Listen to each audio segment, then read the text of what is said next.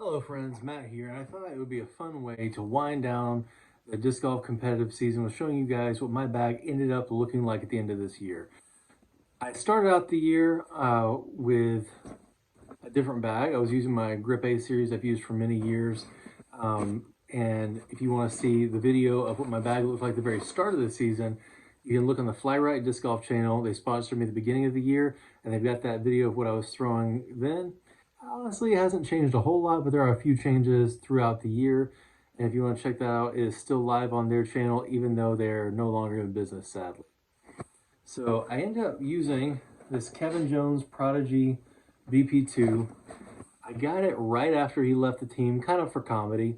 They had one at Fly Right before they closed down, and I thought that was just the funniest thing to get one.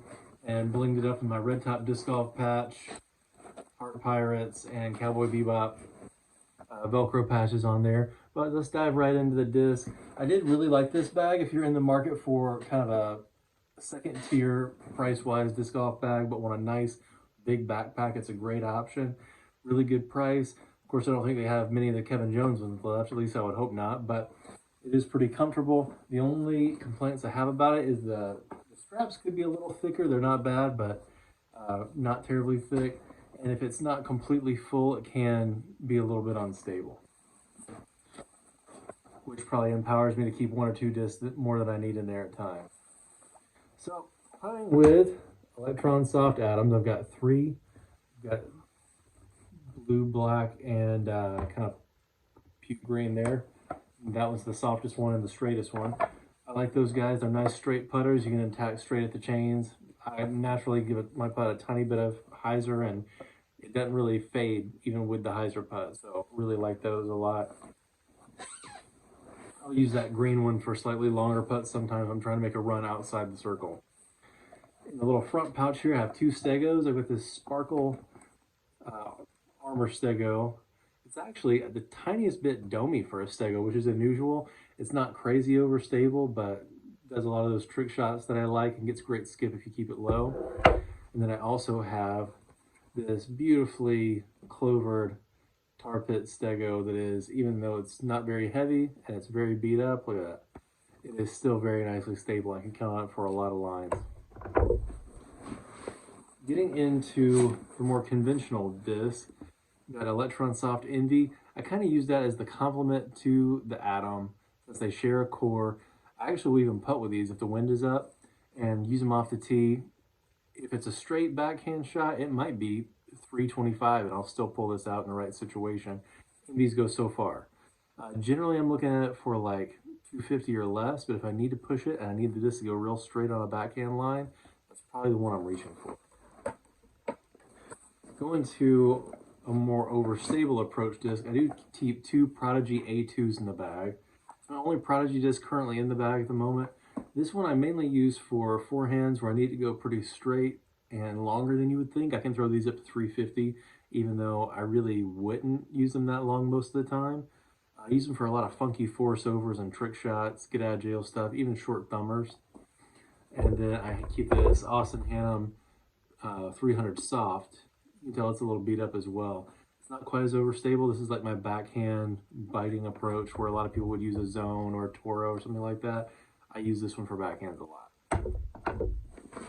Getting into my mid-ranges, I carry two of the Reptilian Iguanas. If you haven't thrown an iguana, it's kind of like in between a Buzz and a Comet with kind of a Comet type rim, but a little bit less chunky.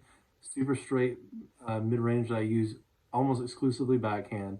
Give it a little bit of hyzer, it pops up and rides flat. Little baby fade at the end. If you hit it flat, it'll turn a little bit and still kind of get back to net even. And then my buddy Ben did this awesome Beppo from the Heart Pirates die. If you're a One Piece fan, you know. This one's a little bit more overstable. It's a little fresher, and I can use this one kind of like you would have beat-in Rock. Not real beat-in Rock 3, but Champ Rock 3 has been used a little bit. Now stepping up to the disc that shares its bottom wing is the Gila. Carry two Gilas, this flat top tar pit one that's pretty beat up. This one is the Glow, and it was pretty stable when it started. Now it's more like just a little more overstable than the Beppo Iguana, but not by a whole lot. basically, it just takes away some of the glide, so I know I'm not going to blow past a basket if it's a shot where I need to push and then fade a little. And then I've got the premium version that is still pretty nicely fresh and overstable. It's kind of like between a Rock 3 and a Rock X3. Good glide though. And then a feature in my bag for the last several years and probably will continue to be, got the Moonshine Air Justice from the 2022 DD Open. I've got several of these, always keep one around. They're the ultimate overstable mid-range. I don't know why you go try anything else, they're just the best. Getting my Fairway drivers, this one's kind of a new one to me, but I love it. It's the Taro from Reptilian Disc. They're sponsoring me again this year, and they've been awesome to work with. And this one I ordered from them because it came back into stock for the first time in a few years, and I was playing a really wooded course. I just lost my most beat-in T-birds. Like, I need a straight fairway right now. So got one of these with my team discount. Really great price. Great profile. Slightly domey. And it does fly like that beat-in T-bird or TL3 type slot right out of the box. And it won me a CTP that was way more than it cost first time out. So already paid for itself. And speaking of T-birds, I do have 3 in the bag currently. They are all F2 champs. This one I've had for about a year. It is the most straight it is beat in. And these 2 actually both got in another round in Charlotte. I go to Charlotte for work a couple times a year and always make a point to stop in another round and look in their used bin because they typically have a champ T-bird in there for about $9 that's barely used. I'm thinking what happens is a lot of times people get them thinking they're going to be like a beat-in star their buddy gave them or something, and they're much more overstable. That's what I want. I want that biting T-bird you can beat into the straight one. So this is my most overstable one. Nothing special with that, it's just a regular F2 stamp. But these 2 guys, my buddy Ben, also died the Heart Pirates Jolly Roger on there for me, so pretty cool. If you know One Piece, you know that's pretty cool. And then next up from there is my flares. If you've ever watched one of my In the Bags or a lot of my videos, you'll see I throw the Streamline flare a lot. That is my Firebird Raptor type disc, and it's more overstable than your average one of either one of those. That's a pretty fresh Neutron one I got from Rand Disc Golf. I also have this kind of sparkly first run one that is my most overstable currently.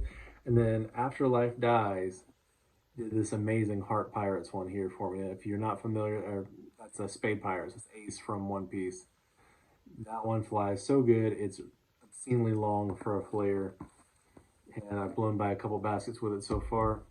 Really, really nice disc. Now, closing up with my distance drivers, I just carry 4 distance drivers. I have my Glow Carnivore. This one's beat in where it's a really straight, long backhand driver. It's not a max distance driver for me. It's destroyer numbers, 12.5, -1.3. At this point, it flies more like 12.5, -1.1. It's very straight. You get some hyzer, it will fade, but you can push it straight a long way. That still holds up to power very well. I may have to toss a fresh one in there in the next few weeks, but I'm really liking that one so far. Also have my Nico Westside Adder. These guys are the Tournament X plastic, have that weird little circus top dome, but very overstable, but still very glidey. I can throw these up to 450, maybe a little further if I push it hard, but they will always come back no matter what kind of goofy circus line I put them on. And then if I'm going for max distance, it's got to be the Warhorse. I've got 2 VIP Ice Warhorses. Actually, these are just regular VIP Warhorses. These are from the children's series. I don't like that stamp, so I got them wiped. And Ben did these stamps for me. The Twilight Sparkle from My Little Pony and one more Heart Pirates. And that is everything I'm carrying right now. Got my little Zorro guy here hanging on the bag, Prodigy chalk bag. And that is what I'm rocking here at the end of the season. I wanted to show you guys this now because I'm probably about to switch some of these up for the winter, do some softer plastics and a few different things, slightly smaller bag for the winter months. But thank you so much for watching. Hope you enjoyed it. I'll see you in the next one.